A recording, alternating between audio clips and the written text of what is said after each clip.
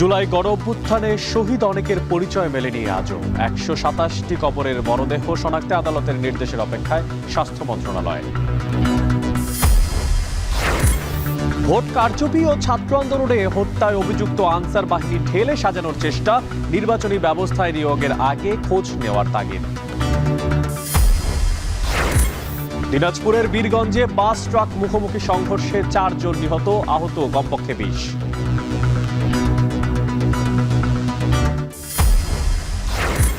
এবং কুমিল্লার লালমাই পাহাড় কেটে তৈরি হচ্ছে শিক্ষা প্রতিষ্ঠান সহ নানা স্থাপনা, 10 বছরের মধ্যে অস্তিত্ব বিলীন হওয়ার শঙ্কা।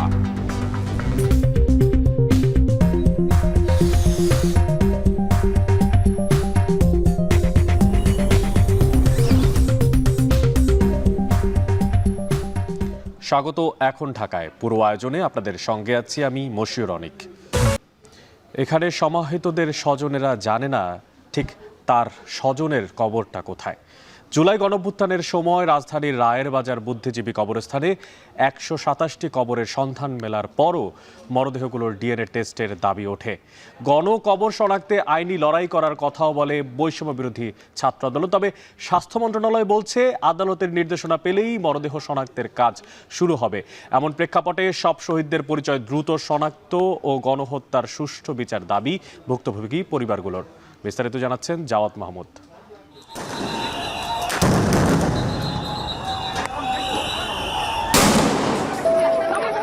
পুলিশ ডিরেক্ট গুলি করতেছে।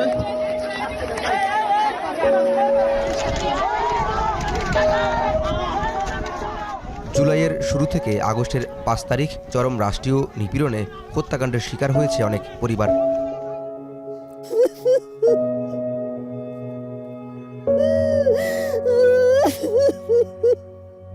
কোনো পরিবার নিহত স্বজনদের সন্ধান পেলেও কেউ বা এখনো খুঁজছেন হন্য হয়ে। তাদেরই একজন নার্জিয়া আক্তার ও তার সন্তান মুহাম্মদ রাইয়ান। 4.5 মাস ধরে হৃদয়ের ক্ষত চেপে স্বামী ও বাবাকে খুঁজছেন তারা। যাদের স্বজনরা হারা হয়েছে তারা একমাত্র বুঝে তাদের পেইন কি, তাদের কষ্টটা কোন পর্যায়ে। আমার বাবা গেছে, আজকে আমি বুঝতেছি যে আমার পেইন আমার কোন জায়গায়।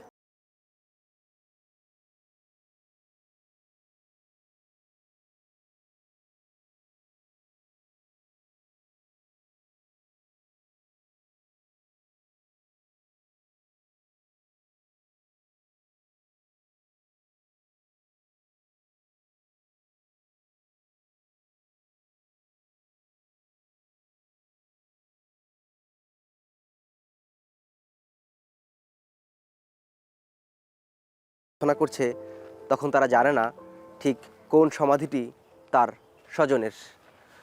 জুলাই আগস্টে ঘটা হত্যাকাণ্ডের শিকার স্বজনহারা এই পরিবারটির দাবি, রায়ের বাজার এই বুদ্ধিজীবী কবরস্থানের এই জায়গাটিতেই গণকবর দেওয়া হয় তাদের পরমাত্মীয়কে।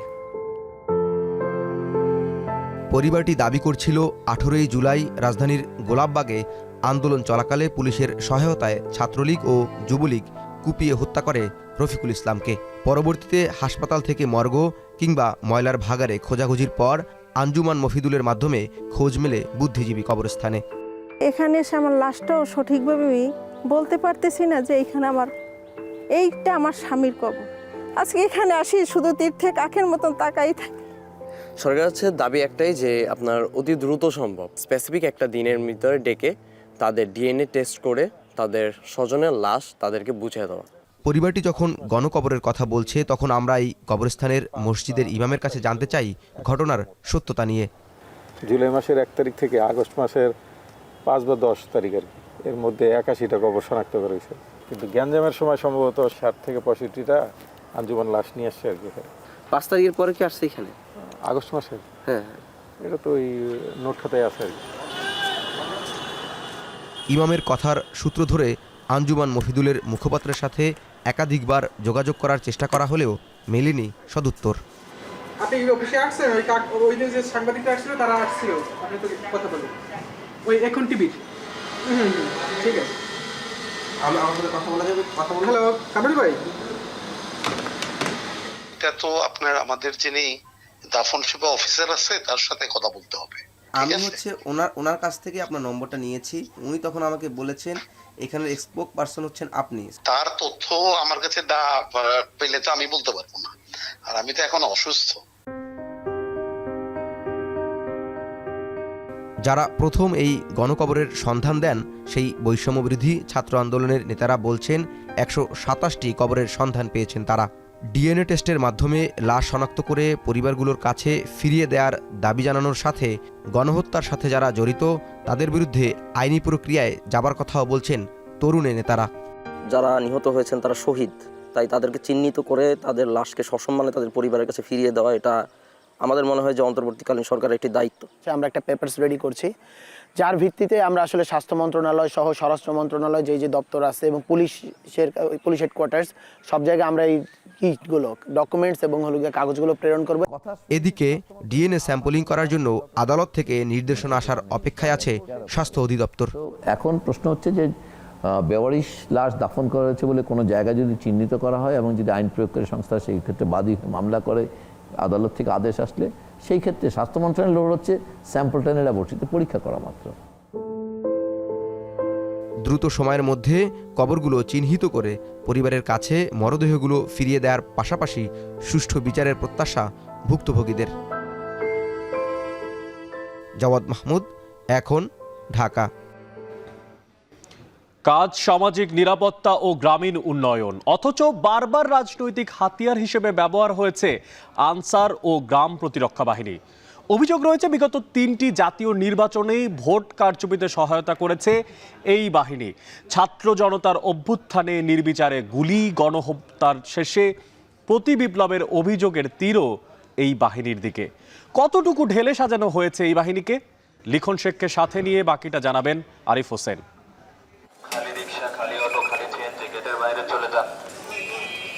পুলিশের সহায়ক বাহিনী হিসেবে ঢাকা মেডিকেল কলেজ হাসপাতালে কাজ করছে আনসার সদস্য বিক্রম।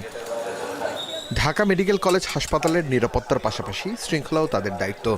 ঢাকা মেডিকেলে আমরা প্রতিটা ওয়ার্ডে যেখানে মনে করেন রোগীরা থাকে তাদের নিরাপত্তা দেই এবং বাইরে পার্কিংয়ে যেমন আছে গাড়ি ঘোড়া এগুলা সবগুলা সরিয়ে দেই। আর কি কাজ করেন তারা?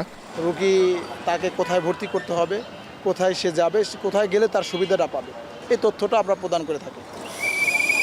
হাসপাতাল ও রোগীর নিরাপত্তার ভার তাদের উপর হলেও সুযোগ সুবিধা কেমন? নতুন বাংলাদেশে চাওয়া পাওয়া বা কতটুকু পূরণ হলো? যারা আন্দোলন করছে এরা দেখা যায় কিছু লোক ফ্রিজ করছিল, এগুলো কিছু লোক আসছে এবং কিছু লোক এখনো আছে ফ্রিজ অবস্থায়। আমাদের রেশপতা বাতিল হয়েছে। ডিজিজ মহোদয় স্যার আশ্বাস দিচ্ছে আমাদের সামনে আরও বেতন বৃদ্ধি করবে, রেশন বৃদ্ধি করবে। নিরাপত্তার দায়িত্বে থাকা আনসার বাহিনীর ইতিহাসের শুরুটা 1948 সাল থেকে। ভাষা আন্দোলন থেকে শুরু করে মুক্তিযুদ্ধ, সব জায়গায় ছিল আনসারের গুরুত্বপূর্ণ ভূমিকা। অথচ শেষ 15 বছরে এই ভূমিকা ছিল প্রশ্নবিদ্ধ। ভোট কেন্দ্রে কারচুপির সহায়তা থেকে শুরু করে আন্দোলন দমনে রাজনৈতিক হাতিয়ার হিসেবে ব্যবহার হয়েছে এই বাহিনী। 2014, 2018 ও 2024-এর নির্বাচনে ভোট কারচুপিতে তৎকালীন আওয়ামী লীগ সরকারকে সহায়তা করার অভিযোগ ছিল এই বাহিনীর বিরুদ্ধে। এছাড়া ভোটকেন্দ্র দখল হচ্ছে দেখেও নিশ্চুপ থাকারও অভিযোগ ছিল। সবথেকে বড় অভিযোগ ছাত্র জনতার আন্দোলন থামাতে গুলি নিক্ষেপ। অভিযোগ রয়েছে গণ অভ্যুত্থানে শেখ হাসিনা দেশ ছেড়ে যাওয়ার পরও প্রতিবিপ্লবের চেষ্টা করেছে এই বাহিনী। চাকরি জাতীয়করণের দাবিতে জড়িয়েছে সাধারণ শিক্ষার্থীদের সাথে সংঘর্ষে। ছাত্র জনতার প্রতিরোধের মুখে পালিয়ে যেতে বাধ্য হয় তারা। অভিযোগ ওঠে গণ অভ্যুত্থানকে প্রশ্নবিদ্ধ করতে আনসার বাহিনী প্রতিবিপ্লবের চেষ্টা করে। জাতীয় সংসদ নির্বাচনে ভোটকেন্দ্রের নিরাপত্তার নিয়ন্ত্রণ থাকে আনসারের হাতে। তবে বিগত সময়ে তারা আওয়ামী লীগের সহযোগী হিসেবেই বেশি কাজ করছে। পরিবর্তিত পরিস্থিতিতে কতটুকু সংশোধন হলো তারা, কি পরিবর্তন আনলো নিজেদের মধ্যে, চলুন জেনে আসি। দাবি ওঠে এত অপরাধের সাথে জড়িত বাহিনীকে ঢেলে সাজানোর। পরিবর্তন করা হয় আনসার প্রধান। এরপর পার হয়েছে 3 মাসের বেশি সময়। কতটুকু ঢেলে সাজানো গেল আনসারকে? বিভ্রান্তির জালে আমাদের আনসারের সদস্যকে আর জড়াতে পারবে না, কারণ তারা জানে তাদের লক্ষ্য কি, তাদের মিশন কি, তাদের কার্যক্ষেত্রে তাদের ভূমিকা এবং সক্ষমতা কি। এরা এখন আগের চেয়ে বেশি সচেতন। তথ্য বলছে নবম জাতীয় সংসদ নির্বাচনে 4,23,156 জন আনসার মোতায়েন করা হয়েছিল। তবে 10ম জাতীয় সংসদ নির্বাচনে আনসার মোতায়েনের সংখ্যা নেমে আসে অর্ধেকে। একাদশ জাতীয় সংসদ নির্বাচনে আনসার মোতায়েনের সংখ্যা 4.5 লাখের বেশি, আর দ্বাদশ জাতীয় সংসদ নির্বাচনে 5,05,000-এর বেশি আনসার মোতায়েন করা হয়েছে দেশে। গণ অভ্যুত্থানের পর নতুন করে নির্বাচনমুখী যাত্রা অন্তর্বর্তীকালীন সরকারের। কতটুকু ঢেলে সাজানো হয়েছে এই বাহিনীকে? যে সামনে নির্বাচনের একটা কার্যক্রমে আনসার সবচেয়ে বেশি ওতপ্রোতভাবে জড়িত থাকে, তো সেই জায়গাটা আমরা যেন আরো বেশি কার্যকর ভূমিকা রাখতে পারি, তার জন্য আমরা আসলে ডাটাবেস তৈরি করার কাজ শুরু হয়ে গেছে। তো ইতিমধ্যে আমরা পরিচয়ের জন্য তার এনআইডি সহ তার আনসারের যে ট্রেনিং, সেই ট্রেনিংয়ের সার্টিফিকেশন সহ এগুলোর যাচাই বাছাই অলরেডি শুরু হয়ে গেছে।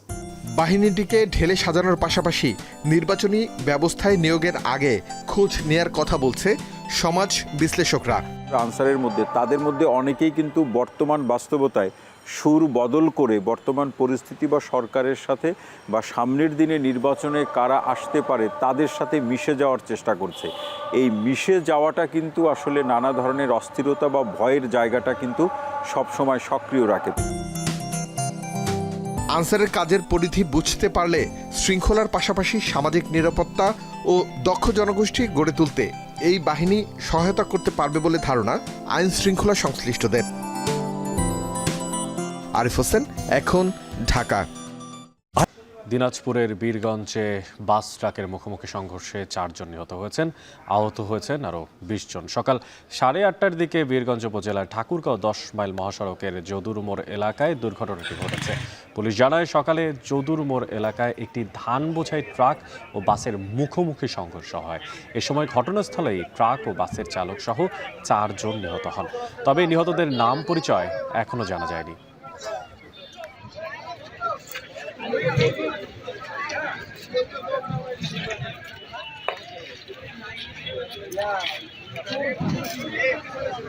তিন দিন ব্যাপী বসুন্ধরা কনভেনশন সেন্টারে স্বাস্থ্যসেবা ও মেডিকেল সরঞ্জাম প্রদর্শনী মেলা শুরু হয়েছে। সে খবর সরাসরি জানাতে এই মুহূর্তে যুক্ত আছেন আমাদের সঙ্গে দেলোয়ার দোলন। দোলন, কি ধরনের মেডিকেল সরঞ্জামের প্রদর্শনী চলছে সেটা জানাবেন, পাশাপাশি এই চিকিৎসা সেবায় এসব সরঞ্জাম কি ধরনের সুযোগ সুবিধা যোগ করতে পারে বলে আপনি তথ্য পেয়েছেন? অনেক আপনি যেমনটা বলছিলেন, 3 দিনব্যাপী এই প্রদর্শনী মেলা আজ শুরু হয়েছে আর চলবে আগামী 3 দিন। এর মধ্য দিয়ে বাংলাদেশের চিকিৎসা ব্যবস্থার সাথে বিশ্বের যে সকল দেশের সাথে ঠিক কী ধরনের সেবা তারা চালাচ্ছেন কিংবা তারা দিয়ে যাচ্ছেন, সেই ধরনের কৌশল বিনিময়ের একটি নতুন মাত্রা যোগ করবে বলছেন আয়োজকরা। তারা বলছেন এই আয়োজনে বিশ্বে বর্তমানে যে মেডিকেল চিকিৎসা ব্যবস্থায় সর্বাধুনিক যে সকল প্রযুক্তিগুলো ব্যবহার হয়ে থাকে সেটি তারা এখানে প্রদর্শন করছেন। একই সঙ্গে বাংলাদেশেও বেশ কিছু উৎপাদক প্রতিষ্ঠান রয়েছেন, তারাও সেই সকল তাদের প্রতিষ্ঠানগুলোর পক্ষ থেকে এখানে স্টলের মধ্য দিয়ে সে ধরনের পণ্যগুলো কিংবা তাদের যে সরঞ্জামাদিগুলো রয়েছেন সেগুলো উপস্থাপনের এখানে সুযোগ পাচ্ছেন। ফলে দুই দেশ কিংবা বিশ্বের অন্যান্য দেশ কী ধরনের প্রযুক্তির উপর নির্ভর করে তারা কাজ করছেন সেটি যেমনিভাবে বোঝা যাবে। একই সঙ্গে আয়োজকরা যেমনটা বলছেন যে এর মধ্য দিয়ে দেশের শীর্ষস্থানীয় হাসপাতাল, ডাক্তার, প্যাথোলজিস্ট, এছাড়াও বিজ্ঞানী, ডিলার এবং অন্যান্যদের মধ্যে যারা পাইকারি যারা ডিলার রয়েছেন তাদের মধ্যে যেমনিভাবে এক ধরনের সম্পর্কের জায়গা তৈরি হবে, তাদের ব্যবসার ক্ষেত্রে বিস্তৃতি ঘটবে। তারা বলছেন এখানে কৌশলগত এবং বিস্তৃত প্রদর্শনী, স্বাস্থ্যসেবা এবং ফার্মাসিউটিক্যালের বিস্তার ঘটবে তারা বলছেন। এবং অংশগ্রহণকারীরা বাংলাদেশ এবং আন্তর্জাতিক অন্যান্য চিকিৎসা প্রযুক্তি বাজার থেকে ঠিক কী ধরনের সেবা দিয়ে যাচ্ছে এবং সরবরাহকারী প্রতিষ্ঠানগুলো একে অন্যের সাথে কথা বলার মাধ্যমে তাদের ব্যবসার যে বিস্তৃতি সেটিও ঘটবে এমনটাই আশা করা হচ্ছে। আপনি নিশ্চয় জানেন বাংলাদেশের বেশ কিছু প্রতিষ্ঠান বাংলাদেশ এই ধরনের মেডিকেল সরঞ্জামাদি উৎপাদন করে থাকেন, সেই ধরনের প্রতিষ্ঠানগুলো এখানে অংশ নিয়েছেন। সব মিলিয়ে বলা যায় যে 250টির কোম্পানির আয়োজনে 150টির স্টল এখানে বসানো হয়েছে। এর বাহিরে যদি বলি যে আয়োজকদের থেকে আমরা আরেকটি বিষয় জেনেছি যে এই মেলাকে ঘিরে আরেকটি আকর্ষণ রয়েছে, সেটি হলো হলো বন্ধ্যাত্ব যে রোগীরা কিংবা বন্ধ্যাত্ব নিয়ে যারা রয়েছেন তাদের ফ্রিতে চিকিৎসার ব্যবস্থা রয়েছে এই 3 দিনেই এখানে। আয়োজকদের থেকে আমাদেরকে যেমনটা জানানো হয়েছে যে 15টি স্টলের চিকিৎসক এবং বিদেশের বিভিন্ন চিকিৎসক, বিশেষ করে ভারতের কয়েকজন চিকিৎসক এখানে এসে সেবা দিচ্ছেন। তবে বাংলাদেশীয় বন্ধ্যাত্ব চিকিৎসায় যারা সেবা দিচ্ছেন তারাও এখানে এসেছেন। সব মিলিয়ে বলা যায় যে আয়োজন ঘিরে যতই সময় গড়াচ্ছে কিংবা আজকে প্রথম দিন, তার মধ্যে অনেকে এসে প্রদর্শন করছেন। বিশেষ করে বাংলাদেশের সকল হাসপাতাল, ডায়াগনস্টিক সেন্টার যেগুলো রয়েছে তারাই এখানে এসে সবচেয়ে বেশি ভিড় করছেন। তারা সবশেষ যে চিকিৎসা ব্যবস্থাপনায় সবশেষ যে আধুনিক প্রযুক্তিগুলো রয়েছে সেগুলোর সাথে পরিচিত হচ্ছেন। অনেকেই ছিল আমার কাছে থাকা সবশেষ তথ্য। আইসিটিভি থেকে যুক্ত ছিলেন সহকর্মী দেলোয়ার দোলন। এদিকে আলোচিত চট্টগ্রামে আইনজীবী হত্যার মামলায় আসামি চন্দন দাস ও রিপন দাসকে দুপুরে তোলা হবে আদালতে। এ বিষয়ে বিস্তারিত জানাতে চট্টগ্রাম আদালত থেকে যুক্ত হচ্ছেন সহকর্মী কাজী মাহফুজ। মাহফুজ, আসামিদের ঠিক কখন নাগাদ আদালতে তোলা হতে পারে বলে আপনি ধারণা করছেন বা তথ্য পেয়েছেন?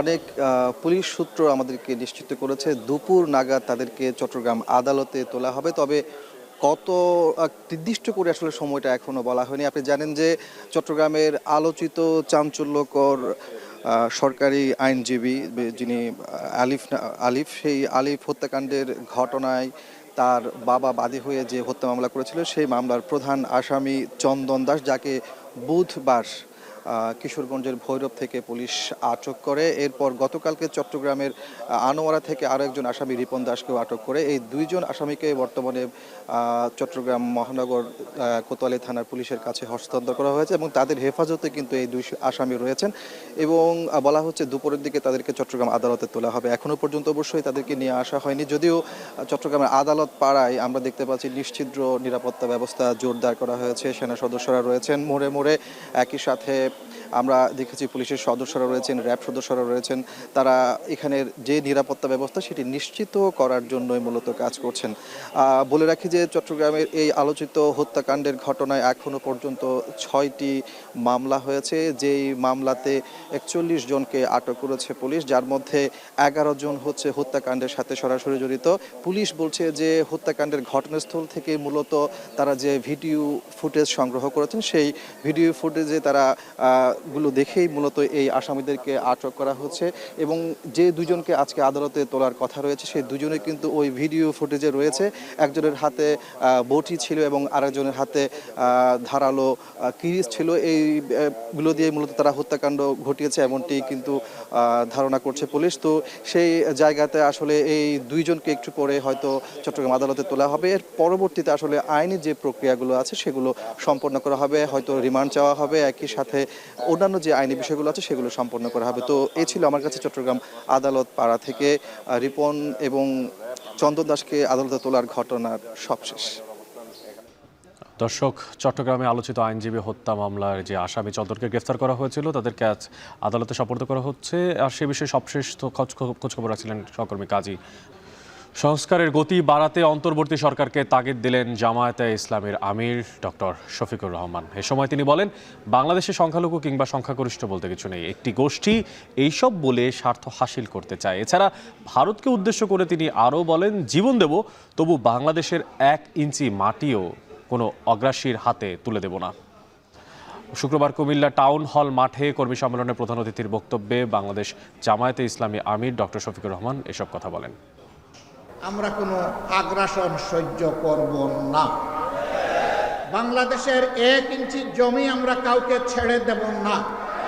আমাদের জীবন দিব তবু বাংলাদেশের 1/2 ইঞ্চি জমি আমরা ছেড়ে দেব না।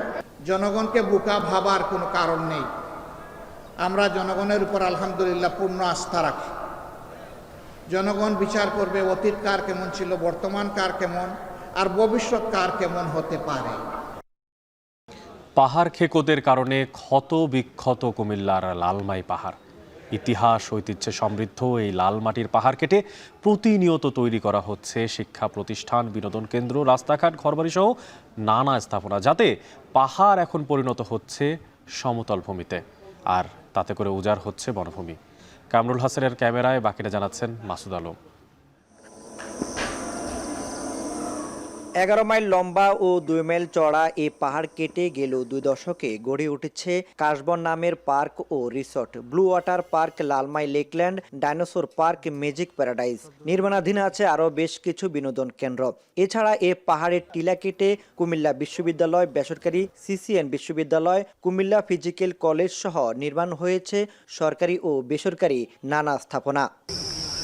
কুমিল্লা জেলার প্রায় 3000 একর এলাকা জুড়ে রয়েছে পাহাড়, যার মধ্যে লালমাই অন্যতম। পাহাড়টির অধিকাংশ জমি ব্যক্তি মালিকানাধীন হওয়ায় প্রয়োজনে অপ্রয়োজনে মাটি কেটে বনভূমি উজাড় করছেন স্থানীয়রা। আগামী 10-12 বছর পরে আমরা এই পাহাড় দেখতে পারবো না। বাড়ি ঘর হইতে আছে, প্রতিষ্ঠান হইতে আছে, দোকান পাট হইতে আছে, এগুলো মাইসের মাটি কাটে, কারণ ছাড়া কি আর করেন। দুর্বৃত্তরা আছে কিছু টাকার বিনিময়ে হারাসুপল হয়ে থাকে। ইতিহাস ও প্রকৃতি রক্ষায় পাহাড় সংরক্ষণ জরুরি, তাই সম্মিলিত উদ্যোগের মাধ্যমে জনসচেতনতা বাড়ানোর পরামর্শ বিশেষজ্ঞদের। লালমাই ময়নামতির এই পাহাড় শ্রেণীকে রক্ষা করতে চাই, তাহলে আমাদের সচেতনতার দরকার রয়েছে। অপ্রয়োজনে এই অঞ্চলে মানে কোনো ধরনের স্থাপত্য এগুলি না করা দরকার। পাশাপাশি এইখানে যারা বসবাস করছে তাদেরকে এটার ইম্পর্টেন্ট বোঝানো দরকার যে এই অঞ্চলটা কিন্তু একটা প্রাকৃতিক বায়োম। পরিবেশ অধিদপ্তর গত 1 বছর যাবৎ প্রায় 4টার মতো মামলা করছে, এনফোর্সমেন্ট মামলা করছে, জরিমানা করছে, এবং আমরা প্রতিনিয়ত এটা করে থাকি। পাহাড় ও বনভূমি বাঁচাতে ধ্বংসকারীদের বিরুদ্ধে কঠোর ব্যবস্থা নেয়ার কথা বলছেন সংশ্লিষ্টরা। পাহাড় কাটার কোনো সুযোগই নেই। আপনি দেখেন এরকম করে আমাদের বিভিন্ন প্রতিষ্ঠান করতে গিয়ে কুমিল্লা বিশ্ববিদ্যালয়ের মতো প্রতিষ্ঠানও তারা কাটছে, এবং এটার বিরুদ্ধে আইনগত ব্যবস্থা গ্রহণ করা হয়েছে।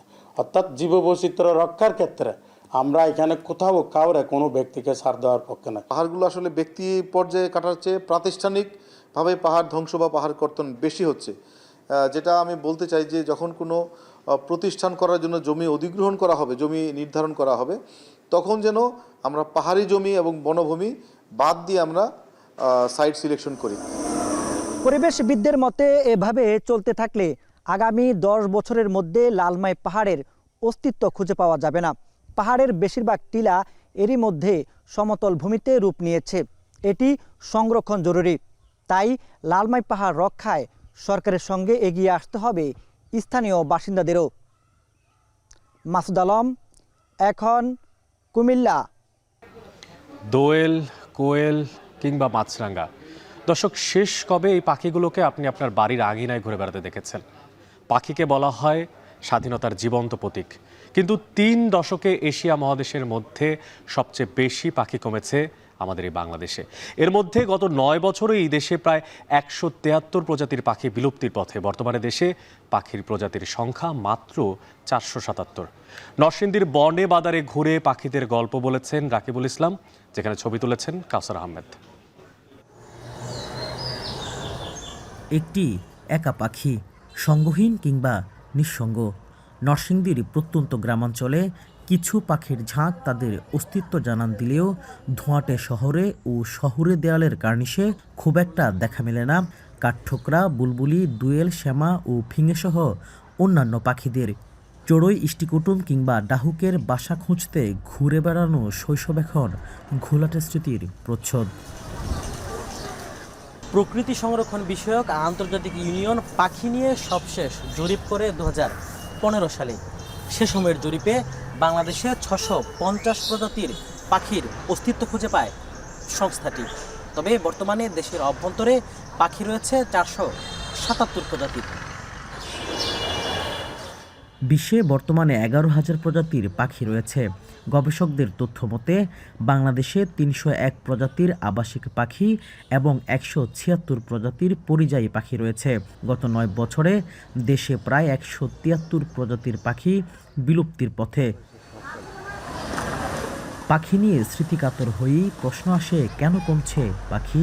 পোকামাকড় কমছে মানে পাখি কিন্তু কমছে। খাদ্য শিকড়টা বিরাট একটা ঘাটতি হয়েছে। গ্রামাঞ্চলেও কোনো গাছপালা নাই, প্রাকৃতিক গাছ সব কেটে মানুষ নিজের কাঠ গাছ লাগাচ্ছে, যে গাছগুলো হয়তো ওই পাখির জন্য না সুইটেবল না, উপযুক্ত না।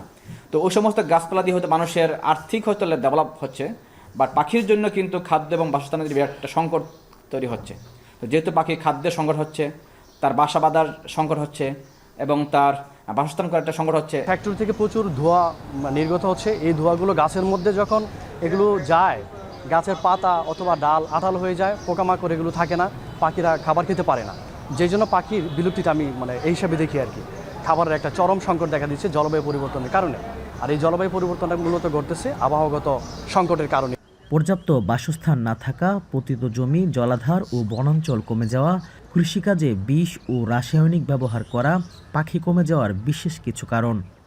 নরসিংদীতে পাখি নিয়ে বর্তমানে কোনো কাজ হচ্ছে না, আমরা এরকম কোনো দিক নির্দেশনা বা বরাদ্দ পাইনি। তারপরও পাখি প্লাস বন্যপ্রাণী যেগুলি আমরা সংরক্ষণ করার জন্য কেউ যদি খাঁচা দিয়ে অথবা কোনো ফাঁদ পেতে ধরার চেষ্টা করে তো তাহাকে আমরা আইনানুগ অ্যারেস্ট করি অথবা আইনানুগ ব্যবস্থা করার গ্রহণ করি। গবেষক ও পাখি বিশেষজ্ঞরা বলছেন গত ৩০ বছরে দেশে পাখির সংখ্যা প্রায় ৬ ভাগের ১ ভাগ কমেছে। পাখি ও জীববৈচিত্র্য রক্ষায় সরকারের পাশাপাশি সাধারণ মানুষদেরও এই বিষয়ে সচেতন হবার তাগিদ দিলেন তিনি। কোনো এলাকা শিল্পায়ন বেশি হবে, নবায়ন বেশি হবে, হ্যাঁ একটা তখন গাছ কমে যাবে। গাছ কমে গেলেই আবার পাখির সংখ্যাগুলো কমে যায়, আবার কমে যায় বলতে পাখিগুলো এক জায়গা থেকে আরেক জায়গায় চলে যায়। দেশে বর্তমানে বনভূমির পরিমাণ 25,75,000 হেক্টর। এই বিলুপ্ত প্রায় পাখি ও জীববৈচিত্র্য রক্ষা করতে হলে সম্মিলিত প্রচেষ্টায় বিভিন্ন উদ্যোগ গ্রহণ জরুরি। রাকিবুল ইসলাম, এখন নরসিংদী। এবার আন্তর্জাতিক প্রসঙ্গ। কূটনৈতিক মহলে যুক্তরাষ্ট্রের আধিপত্য ধরে রেখে পরবর্তী মার্কিন পররাষ্ট্রমন্ত্রী মার্কো রুবিওকে সব ধরনের সহায়তা করবেন বলে প্রতিশ্রুতি দিয়েছেন বর্তমান পররাষ্ট্রমন্ত্রী অ্যান্টনি ব্লিংকেন। বার্তা সংস্থা রয়টার্সকে দেয়া বিশেষ সাক্ষাৎকারে তিনি বলেছেন, দায়িত্ব ছাড়ার আগ পর্যন্ত গাজায় যুদ্ধবিরতির চেষ্টা চালিয়ে যাবেন তিনি। সতীর্থ কর্মকারের প্রতিবেদনে বিস্তারিত। 2013 সালে ভারপ্রাপ্ত জাতীয় নিরাপত্তা উপদেষ্টা হিসেবে যুক্তরাষ্ট্রের প্রশাসনিক দপ্তরে কাজ শুরু করেন অ্যান্টনি ব্লিংকেন। 2015 থেকে 2017 পর্যন্ত ছিলেন ভারপ্রাপ্ত মার্কিন পররাষ্ট্রমন্ত্রী। 2021 সালে বাইডেনের ক্যাবিনেটে পররাষ্ট্রমন্ত্রী হিসেবে দায়িত্ব পান তিনি। ইউক্রেনে রাশিয়ার আগ্রাসন থেকে গাজা যুদ্ধ, বেলজিয়ামের ব্রাসেলস থেকে কাতারের দোহা, গেল 4 বছর কূটনৈতিক বলয়ে যুক্তরাষ্ট্রের স্বার্থ রক্ষায় ব্যস্ত সময় পার করেছেন ব্লিংকেন। 20 জানুয়ারি শপথ গ্রহণের মধ্য দিয়ে 47তম মার্কিন প্রেসিডেন্ট হিসেবে দায়িত্ব নেবেন ডোনাল্ড ট্রাম্প। এরই মধ্যে নতুন মন্ত্রিসভার জন্য মনোনীত সদস্যদের নাম ঘোষণা করেছেন তিনি। তাই দায়িত্ব ছাড়ার আগে সংবাদ মাধ্যম রয়টার্সকে দেয়া বিশেষ সাক্ষাৎকারে খোলামেলা কথা বলেছেন বর্তমান মার্কিন পররাষ্ট্রমন্ত্রী। মুখ খুলেছেন ক্ষমতা হস্তান্তর নিয়ে, প্রতিশ্রুতি দিয়েছেন নতুন পররাষ্ট্রমন্ত্রীকে কোনো ধরনের বেগ পেতে হবে না।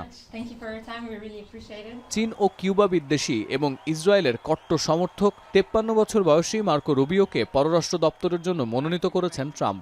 দায়িত্ব নেয়ার পর মার্কো রুবিও যেন প্রথম দিন থেকেই যুক্তরাষ্ট্রের স্বার্থে কাজ শুরু করতে পারেন এমন পরিবেশ সৃষ্টির প্রতিশ্রুতি দিয়ে আলোচনা শুরু করেন Blinken. And my focus, as I said, is to make sure that I hand off the strongest possible hand for them to play. And I think that's in the interest of the country and in the interest of the administration. I want to make sure that my successor, Senator Rubio, is able to hit the ground running.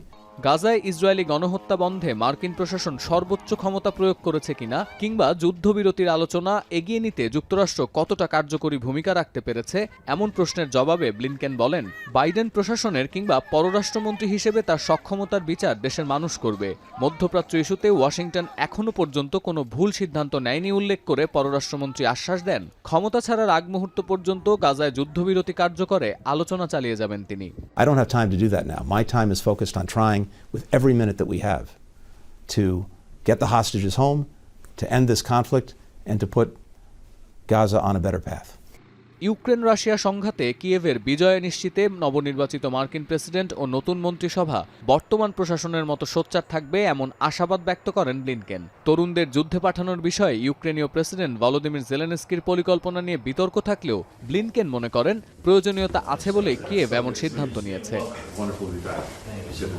এছাড়া দক্ষিণ কোরিয়ায় চলমান রাজনৈতিক অস্থিতিশীলতা নিয়ে Blinken বলেন, president Yoon সুক yellow সামরিক আইন জারির আগে ওয়াশিংটনকে কোনো তথ্যই দেননি। অচিরেই দেশটির পররাষ্ট্রমন্ত্রীর সাথে সাক্ষাতের পরিকল্পনা আছে তার। এছাড়া আলোচনার মাধ্যমে এই রাজনৈতিক কোন্দলের সমাধান সম্ভব বলেও বিশ্বাস করেন ব্লিনকেন। উত্তাল মধ্যপ্রাচ্য, বৈরিতায় আচ্ছন্ন ইউরোপ, চীন, উত্তর কোরিয়া আর রাশিয়ার চোখ রাঙানি, সব মিলিয়ে গেল 4 বছরে অনেকগুলো ঝড় সামলেছেন ব্লিনকেন। কূটনৈতিক পরিমণ্ডলে যুক্তরাষ্ট্রের স্বার্থ কতটা রক্ষা করতে পেরেছেন দিন শেষে তা মূল্যায়নের ভার যুক্তরাষ্ট্রের জনগণের ওপরই ছেড়ে দিতে চান বিদায়ী মার্কিন পররাষ্ট্রমন্ত্রী। after the end of this administration for people to judge what we did. সতীর্থ কর্মকার, এখন বিশ্ব। মেয়াদপূর্ণ না হওয়া পর্যন্ত ক্ষমতায় থাকার ঘোষণা দিয়েছেন ইমানুয়েল ম্যাক্রো। জাতির উদ্দেশ্যে দেয়া ভাষণে ফরাসি প্রেসিডেন্ট অভিযোগ করেন মিশেল বার্নিয়ের সরকার পতনের জন্য দায়ী কট্টর ডান ও বামপন্থীরা। বিতর্কিত বাজেটে কর কমানো ও সরকারি ব্যয় বাড়ানোর দাবিতে দেশ জুড়ে চলছে বিক্ষোভ। বিশ্লেষকরা বলছেন ম্যাক্রোর পদক্ষেপের ওপরেই নির্ভর করছে ফ্রান্সের রাজনৈতিক অচলাবস্থার নিরসন। নাফি আরমান মনন জানাবেন বাকিটা। ক্ষমতা গ্রহণের মাত্র 3 মাসের মাথায় অনাস্থা ভোটে হেরে যাওয়ায় গদি ছাড়তে হচ্ছে ফরাসি প্রধানমন্ত্রী মিশেল বার্নিয়েরকে। আর এরপরই জোরালো হয় প্রেসিডেন্ট ইমানুয়েল ম্যাক্রোর পদত্যাগের দাবি। তবে সমালোচকদের আশায় গুড়েবালি, কারণ মেয়াদ পূর্ণ না হওয়া পর্যন্ত ক্ষমতায় থাকার ঘোষণা দিয়েছেন 46 বছর বয়সী এই নেতা। বৃহস্পতিবার জাতির উদ্দেশ্যে দেয়া ভাষণে ম্যাক্রো জানান 2025 সালে বাজেট প্রণয়ন করাই বর্তমানে সরকারের প্রধান লক্ষ্য। তাই শিগগিরই ঘোষণা করা হবে নতুন প্রধানমন্ত্রীর নাম। 10 মিনিটের ভাষণে মিশেল বার্নিয়ের সরকার পতনের মাধ্যমে বিশৃঙ্খলা তৈরির জন্য কট্টর ডান ও বামপন্থী দলগুলোকে দায়ী করেন ফরাসি president. Je n'assumerai jamais l'irresponsabilité des autres, et notamment des parlementaires qui ont choisi en conscience de faire tomber le budget et le gouvernement de la France à quelques jours des fêtes de Noël. মিশেল বার্নিয়ারের পদত্যাগপত্র গ্রহণ করেছেন macro. তবে নতুন সরকার গঠন না হওয়া পর্যন্ত বার্নিয়ারকে সরকার চালিয়ে যাবার নির্দেশনা দেয়া হয়েছে। বিশ্লেষকরা বলছেন পার্লামেন্টে সংখ্যাগরিষ্ঠতা না থাকায় দেশটির রাজনীতিতে সামনে কি হতে যাচ্ছে তা শুধুমাত্র ফরাসি প্রেসিডেন্টের পদক্ষেপের ওপরই নির্ভর করছে। Que doit faire Emmanuel Macron maintenant? Il n'y a qu'une personne qui a la réponse, c'est Emmanuel Macron. Parce qu'en fait, on a vu qu'il avait pris le temps avant de nommer Michel Barnier à Matignon, que là, quand même, il a indiqué qu'il souhaitait agir rapidement. Il est face à une équation qui est difficile. বার্তা সংস্থা রয়টার্সের প্রতিবেদন বলছে নতুন প্রধানমন্ত্রী হিসেবে ম্যাক্রোর কাছে 5টি বিকল্প রয়েছে। এর মধ্যে সবচেয়ে এগিয়ে সেবাস্তিয়ান লেকর্নু। সদ্যবিদায়ী বার্নিয়ের সরকারে প্রতিরক্ষামন্ত্রীর দায়িত্ব সামলেছেন তিনি। বিরোধী দল ন্যাশনাল র্যালির সঙ্গে সখ্যতা থাকায় পার্লামেন্টে বিরোধী আইন প্রণেতাদের বাধা উতরে যেতে পারেন লেকর্নু।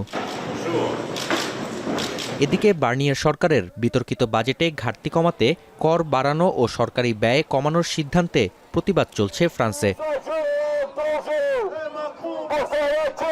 প্যারিসের বিক্ষোভে যোগ দিয়েছেন কয়েক হাজার সরকারি কর্মী, শিক্ষক, চিকিৎসাকর্মী ও শ্রমিক। বাজেট সংস্কার না করা পর্যন্ত বিক্ষোভ চালিয়ে যাবার ঘোষণা আন্দোলনকারীদের। নাফি আরমান মনন, এখন বিশ্ব। 44 বছর পর সামরিক আইন জারি করায় দক্ষিণ কোরিয়ার প্রেসিডেন্ট ইউন সুক ইয়োলকে দ্রুত বরখাস্তের আহ্বান জানিয়েছে ক্ষমতাসীন দল পিপিপির প্রধান। তবে অভিশংসন প্রস্তাবে দলের আইন প্রণেতারা প্রেসিডেন্টের বিরুদ্ধে ভোট দেবেন কিনা সে বিষয়ে স্পষ্ট করেননি হান ডং হুন। এদিকে প্রেসিডেন্টের অভিশংসন প্রস্তাবের ওপর ভোটাভুটি হবে স্থানীয় সময় শনিবার সন্ধে। এদিকে তৃতীয় দিনের মতো কোরিয়ার সড়ক সাধারণ মানুষের দখলে। এবার খেলার প্রসঙ্গ। আসন্ন বিপিএল এর সংস্কার বাজেটে বাড়ছে আরো 5 কোটি টাকা। এ নিয়ে সংস্কার বাজেট দাঁড়ালো 36 কোটি টাকায়। তবে নির্দিষ্ট সময়ের মধ্যে প্রতিস্থাপন করা সম্ভব হচ্ছে না মিরপুর স্টেডিয়ামের জায়ান্ট স্ক্রিন। এ বিষয়ে বিস্তারিত জানাচ্ছেন সহকর্মী রেদন শাওন। শীতের আগমনী বার্তার সাথে দেশের ক্রিকেটে বইছে বিপিএল এর নতুন আসরের আবহ। মিরপুর শেরি বাংলায় রাত দিন এক করে চলছে দেশের একমাত্র ফ্র্যাঞ্চাইজি ক্রিকেট টুর্নামেন্ট সফল করার মহা আয়োজন। 2012 সালে যাত্রা শুরু করা বিপিএল গেল এক যুগে মাঠে গড়িয়েছে 10 বার। তবে এর 11তম আসরকে ভিন্ন মাত্রা দিতে এবার ছায়া হয়ে পাশে দাঁড়িয়েছে অন্তর্বর্তীকালীন সরকার। গড়পড়তা টুর্নামেন্টটিকে বিশ্ব দরবারে আরও আলোকিত করতে প্রধান উপদেষ্টার পরামর্শে কাজ করছে জাতীয় ক্রীড়া পরিষদ। এরই মধ্যে আসরের 3 ভেন্যুতে সংস্কার কাজ শুরু করেছে এনএসসি। বাংলাদেশ সেনাবাহিনীর তত্ত্বাবধানে সংস্কার কাজের প্রাথমিক বাজেট 31 কোটি টাকা ধরা হলেও আবারও বাড়ছে সেটি। এনএসসির পরিকল্পনা ও উন্নয়ন পরিচালক মাহবুব মোর্শেদ জানিয়েছেন 3 স্টেডিয়ামের ভেন্যু ম্যানেজারদের চাওয়ায় 5 কোটি টাকা বাড়ানো হচ্ছে সংস্কার কাজের বাজেট। যদিও এনএসসির সচিবের দাবি বাড়তি বাজেট বহন করবে বিসিবি। কিছুটা বাজেট বেড়েছে, কারণ এটা কি এক্স্যাক্টলি বলা যায় না কেমন? হ্যাঁ, এটা হচ্ছে হলো টোটাল হলো 36 কোটি টাকার মতো। তো এর মধ্যে সরকার দিবে 31 কোটি টাকা আর অতিরিক্ত টাকাটা দিবে বিসিবি। এদিকে গেল মার্চে মিরপুর স্টেডিয়ামের পূর্ব গ্যালারির জায়ান্ট স্ক্রিনটি ভেঙে পড়লেও তা সংস্কারের প্রয়োজনীয়তা বোধ করেনি বিসিবি। এমনকি দীর্ঘ 9 মাসে পরিষ্কার হয়নি জায়ান্ট স্ক্রিনের ধ্বংসস্তূপ। এ বিষয়ে বোর্ডের গ্রাউন্ডস ম্যানেজার সৈয়দ আব্দুল বাতেন জানান, বিপিএল এর আগেই বসানো হবে নতুন জায়ান্ট স্ক্রিন, আর এর দায়িত্ব নিয়েছে জাতীয় ক্রীড়া পরিষদ। এটা তো আমাদের বাংলাদেশে যতগুলো জায়ান্ট স্ক্রিন আছে এগুলো সব জাতীয় ক্রীড়া পরিষদের লাগানো, গভর্নমেন্ট লাগাইছে, বিজেপি কোনটা লাগায়নি। আচ্ছা। যদিও এনএসসির সচিব জানিয়েছেন, বিপিএল এর আগে পাওয়া যাচ্ছে না স্থায়ী জায়ান্ট স্ক্রিন। যেই সময়ে এলসি করে বাইরে থেকে একটা জায়ান্ট স্ক্রিন আসবে, ওই সময়টা আসলে পাওয়া যাচ্ছে না। ততদিন একটা ভাড়া করা জায়ান্ট স্ক্রিন দিয়ে কাজ চালানো হবে বিপিএলে। আর এই বরাদ্দের মধ্যে জায়ান্ট স্ক্রিনটা ধরা আছে, তখন আবার একটু সুবিধা ছিল। রেদওয়ান শাওন, এখন ঢাকা। এখন ঢাকা শেষ করার আগে শিরোনামগুলো জানিয়ে দেব আরও একবার। জুলাই গণ অভ্যুত্থানে শহীদ অনেকের পরিচয় মেলেনি আজও। 127টি কবরের মরদেহ শনাক্তে আদালতের নির্দেশের অপেক্ষায় স্বাস্থ্য মন্ত্রণালয়। ভোট কারচুপি ও ছাত্র আন্দোলনে হত্যায় অভিযুক্ত আনসার বাহিনী ঢেলে সাজানোর চেষ্টা, নির্বাচনী ব্যবস্থায় নিয়োগের আগে খোঁজ নেয়ার তাগিদ। দিনাজপুরের বীরগঞ্জে বাস ট্রাক মুখোমুখি সংঘর্ষে 4 জন নিহত, আহত কমপক্ষে 20।